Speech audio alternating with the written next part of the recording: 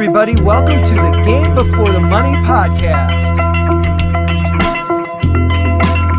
Celebrating pro and college football history.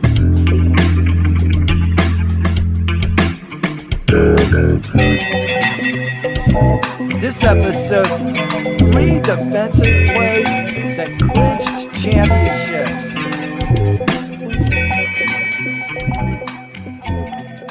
Hi, everybody. Welcome to the Game Before the Money podcast.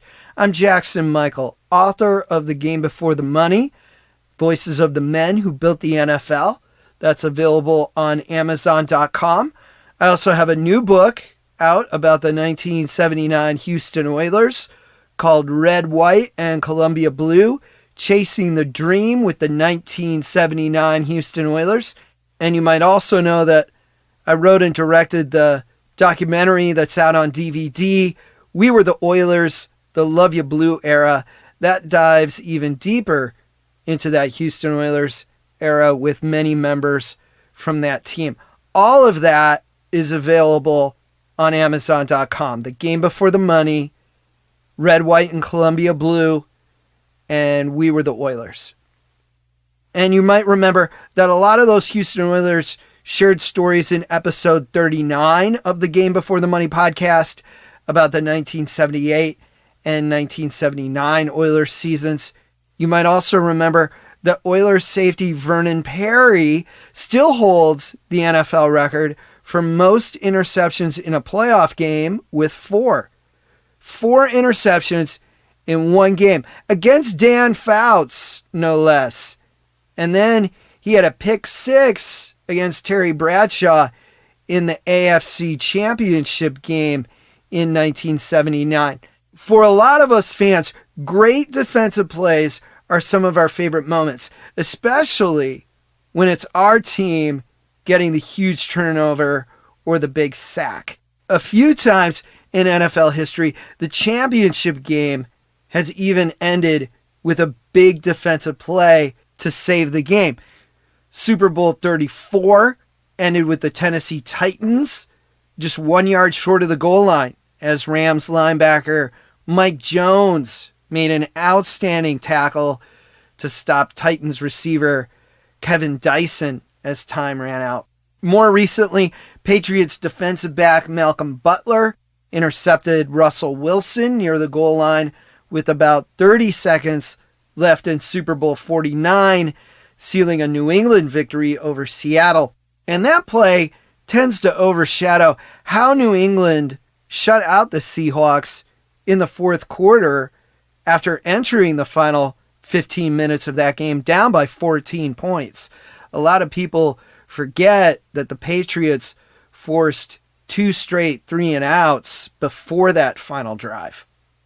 On this episode of the Game Before the Money podcast, we're going to look at 3 great defensive plays that clinched NFL championships in the 1960s.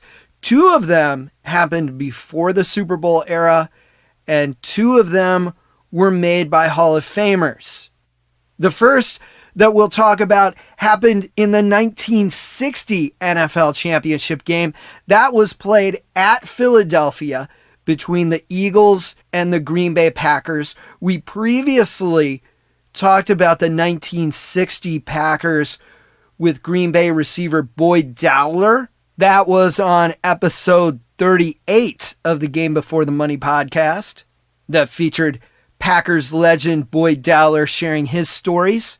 And the 1960 Packers had a great run of road victories to make the NFL championship game in Vince Lombardi's second season as head coach. It was also the last season that the Packers did not have the famous G logo on their helmets. There's a little nugget of trivia for you there. The 1960 NFL championship game started at noon because Philadelphia's Franklin Field didn't have lights. The league decided that they wanted to start the game earlier in case it went into overtime. The teams played in front of the largest crowd in championship game history at the time. The crowd numbered over 67,000. And since Christmas Day was on a Sunday that year, the game took place on a Monday. On Monday, December 26th. The 1960 Philadelphia Eagles were known as a tight-knit team under quarterback Norm Van Brocklin and Chuck Bednarik, often called the last of the 60-minute men who played on both sides of the ball. Bednarik played both as a center and a linebacker. He also worked a second job selling concrete, and that's how he earned the nickname Concrete Charlie. The Eagles lost the first game of the 1960 season at home to Cleveland, but the Eagles didn't lose another game until week 11 of a 12-game season. And the Packers-Eagles matchup was a big surprise because neither team had played championship football since the 1940s. The 1960 NFL championship game didn't start out that well for the Eagles. They received the opening kickoff and turned the ball over on their first play from scrimmage. The Packers couldn't capitalize, however, and lost the ball on downs near the goal line. Philadelphia soon turned the ball over again, and the Packers kicked a field goal to take a 3-0 lead. The Eagles took a 17-13 lead late in the fourth quarter on a run by Ted Dean. Ted Dean's long kickoff return set up that go-ahead touchdown. The Packers then started the ensuing drive on their own 35. Bart Starr drove them to about the Eagle 20 with 10 seconds left to play in the game. Starr took the snap and fired the ball to another future Hall of Famer, Jim Taylor. Taylor caught the ball at the Eagles' 15-yard line. He turned toward the goal line, and Chuck Bednarik, Concrete Charlie, lived up to his nickname and acted like a wall of concrete. He tackled Taylor and stayed on top of him. Bednarik watched the game clock tick down to all zeros and then jumped up in excitement. He reportedly told Jim Taylor, "You can get up now. This game is over." That was the final play of the 1960 NFL championship game. Don't forget that Chuck Bednarik had played the entire game. He played at center, he played on special teams, and he played linebacker. And he still had the energy to make that one last play. There are two really great photos of Chuck Bednarik taken after that game that I've posted on the Game Before the Money Facebook page. One of Bednarik with his arm around both Bart Starr and Jim Taylor as they walked off the field together. And that tells you a lot about the camaraderie of the NFL in those days. The other photo is of Chuck Bednarik smoking a cigar and cigarette in the locker room at the same time. That one was posted quite a while back, but you can find it browsing through the Game Before the Money Facebook page photos. That brings us to defensive play number 2 that we'll talk about. That's the 1963 NFL championship game between the Giants and Bears. Now, last week, I made a bit of a mistake. I told you that the 1963 NFL championship game was played at Soldier Field in Chicago. Of course, the 1963 NFL championship game was actually played at Wrigley Field in Chicago. Sorry about that rookie mistake on that one. On the day of the 1963 NFL championship game, it really was the chilly confines of Wrigley Field. The temperature dropped down to 8 degrees at the start of the second half. The Giants were well known for their powerful passing game under Y.A. Tittle, their quarterback, and flanker Frank Gifford. They also used short screen passes a lot with Hugh McElhenney coming out of the backfield. And that's 3 Hall of Famers right there that the Bears needed to stop. But Chicago's defense was well suited against the pass. Their secondary, get this, the 1963 Bears secondary featured 4 starters with at least 6 interceptions. Now, you heard that correctly. Both the safeties and both the cornerbacks had at least 6 interceptions, and they each ran an interception back for a touchdown this year. That's 4 guys in your secondary running back interceptions for touchdowns. Safety Roosevelt Taylor led the NFL in interceptions with 9 in 1963. He also recovered 3 fumbles that year. Their other safety was Richie Pettibone, who intercepted 8 passes and recovered 2 fumbles. Both Roosevelt Taylor and Richie Pettibone were all pro that season. In that game, the Giants took a 10-7 lead into the locker room at halftime. The Bears kicked off for the second half, and Hugh McElhenney returned the kickoff past midfield, and things were really looking great for the Giants. But then that Bear defense, the monsters of the Midway, they took control. Cornerback Dave Witzel intercepted a Y.A. Tittle pass. The Bears couldn't convert that turnover into points, but on the Giants' next possession, they intercepted Tittle again. This time, it was defensive end Ed Obradovich coming up with the interception. He read a screen pass and made an outstanding catch. He grabbed it on the run and took it all the way to the Giants' 15-yard line. Chicago quarterback Bill Wade quickly threw a pass to tight end Mike Ditka. Yes, that Mike Ditka. And that got the Bears to the 2-yard line, where they soon cashed it in to go up 14-10. Late in the fourth quarter, it was still 14-10. The Giants' defense stopped the Bears just shy of a first down to force a punt that the Bears downed at the Giants' 17 with about a minute and a half left in the game. So you had Y.A. Tittle, the NFL MVP of the 1963 season, needing to drive his team against an outstanding defense with about 90 seconds left in the NFL championship game in the bitter cold at Wrigley Field. This is the stuff legends are made of. The Giants were out of timeouts after 2 passes got them 17 yards to their own 34 with about a minute 3 left in the game. Tittle hit McElhenney again for a nice gain to about midfield. Then Doug Atkins of the Bears put a walloping hit on Tittle on the next play. But Tittle recovered on 3rd and 10 with a pass down the middle to Frank Gifford, and the Giants were within striking distance in Bear territory as the clock ticked down. 2 plays later, there were 10 seconds left on the clock, and the Giants had the ball on the Bears' 38. Tittle faded back as Giants split end Del Schaffner sped downfield. Tittle lofted the ball into the end zone, and Richie Pettibone made a fine interception in the end zone as he slid backwards on the icy ground to literally ice the championship for the Chicago Bears. Kyle Rosenberg reporting from Wrigley Field in Chicago.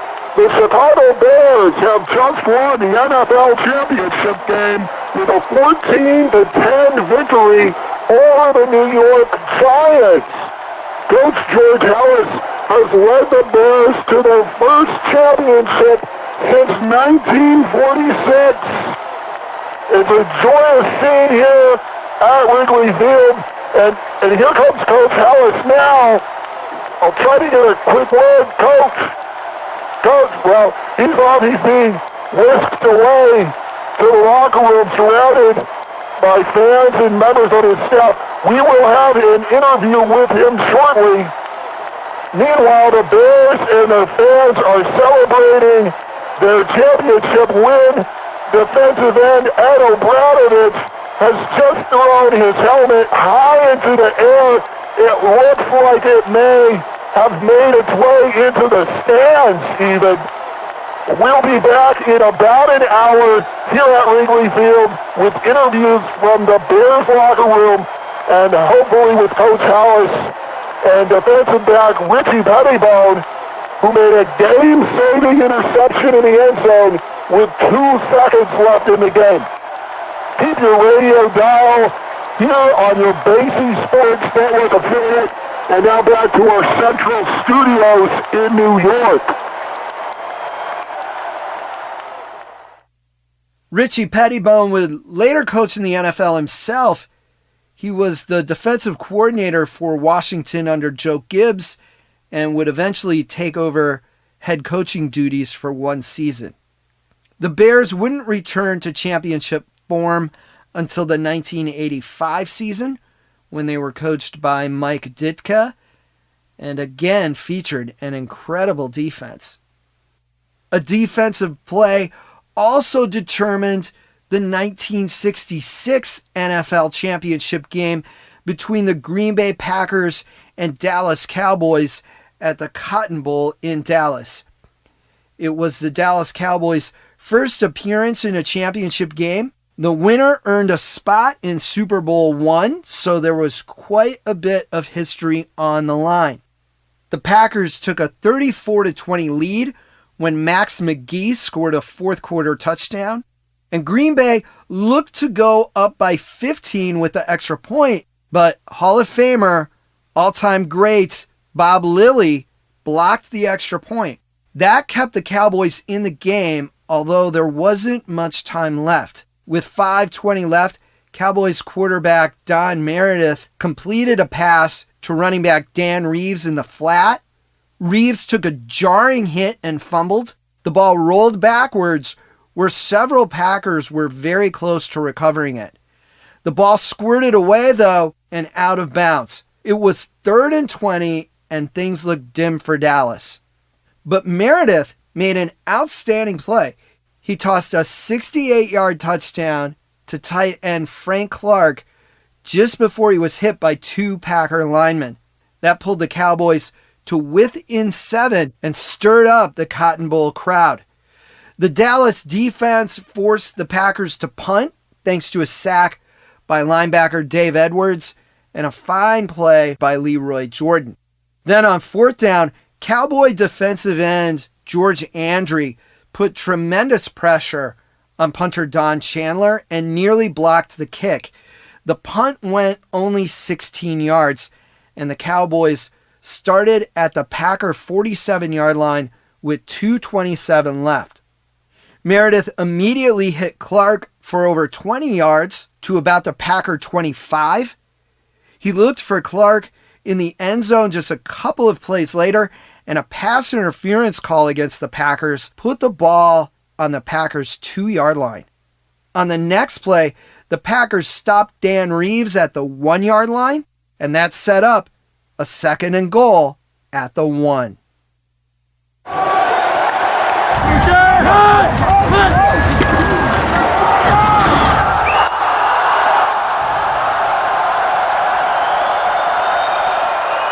Illegal procedure. Number 68 offense. 5-yard penalty and still 2nd down. That very costly illegal procedure penalty against a Cowboys lineman made it 2nd and goal from the 6. That 2nd down play for the Cowboys was actually doubly doomed as a wide open Cowboys receiver dropped Meredith's pass in the end zone. On 3rd down, Meredith got the Cowboys back to the 2-yard line, where it was 4th and goal on the 2 in the waning seconds of the 1966 NFL championship game. Defensive end Willie Davis spoke up in the defensive huddle. He told his teammates that now was the time to get things done, or they might regret missing this opportunity for a long time. The Cowboys called a play called Fire 90. The play sent Don Meredith on a rollout to his right with a guard running across the field in front of him. The play was designed to give Meredith the option to run or to throw. Packers linebacker Dave Robinson noticed that receiver Bob Hayes was in position to block him rather than tight end Frank Clark. Based on that scheme, Robinson decided he should try to get to the outside. His instincts proved perfect. The guard for the Cowboys had quickly moved further to the outside, and Robinson found himself chasing Don Meredith at close range. He grabbed Meredith in almost a bear hug and threw him towards the turf. Meredith desperately heaved the ball toward the end zone. The ball floated into the arms of Packer defensive back Tom Brown, and Green Bay won their second straight NFL championship game. After the game, Meredith said the Cowboys expected Robinson to move to the inside and free up space for Meredith to run. Dallas assistant coach Ermal Allen agreed and said the play was all Dave Robinson. The play clinched the 1966 NFL championship for the Packers and moved the team into Super Bowl I, a game they won over the Kansas City Chiefs. Despite Robinson's exceptional read of the play, there's a famous story about how Packers coach Vince Lombardi graded Robinson on the play. He gave Robinson a -2 score because Robinson wasn't supposed to blitz on the play. Coach Lombardi wanted to make sure that Robinson understood what his assignment was and the reason for the defensive scheme. On the plane ride home, however, Lombardi gave Robinson a big hug and let his Hall of Fame linebacker know that he made the play that saved the game.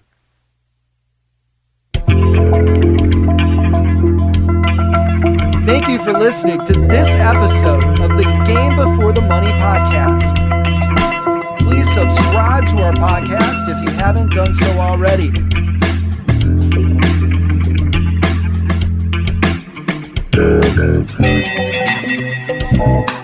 Upcoming shows will feature Upton Bell and a continuation of that 3-part series of 3 games that changed the NFL.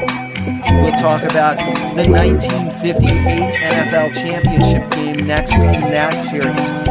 I'm also putting together an episode featuring stories from Hall of Famer Hugh McElhenney.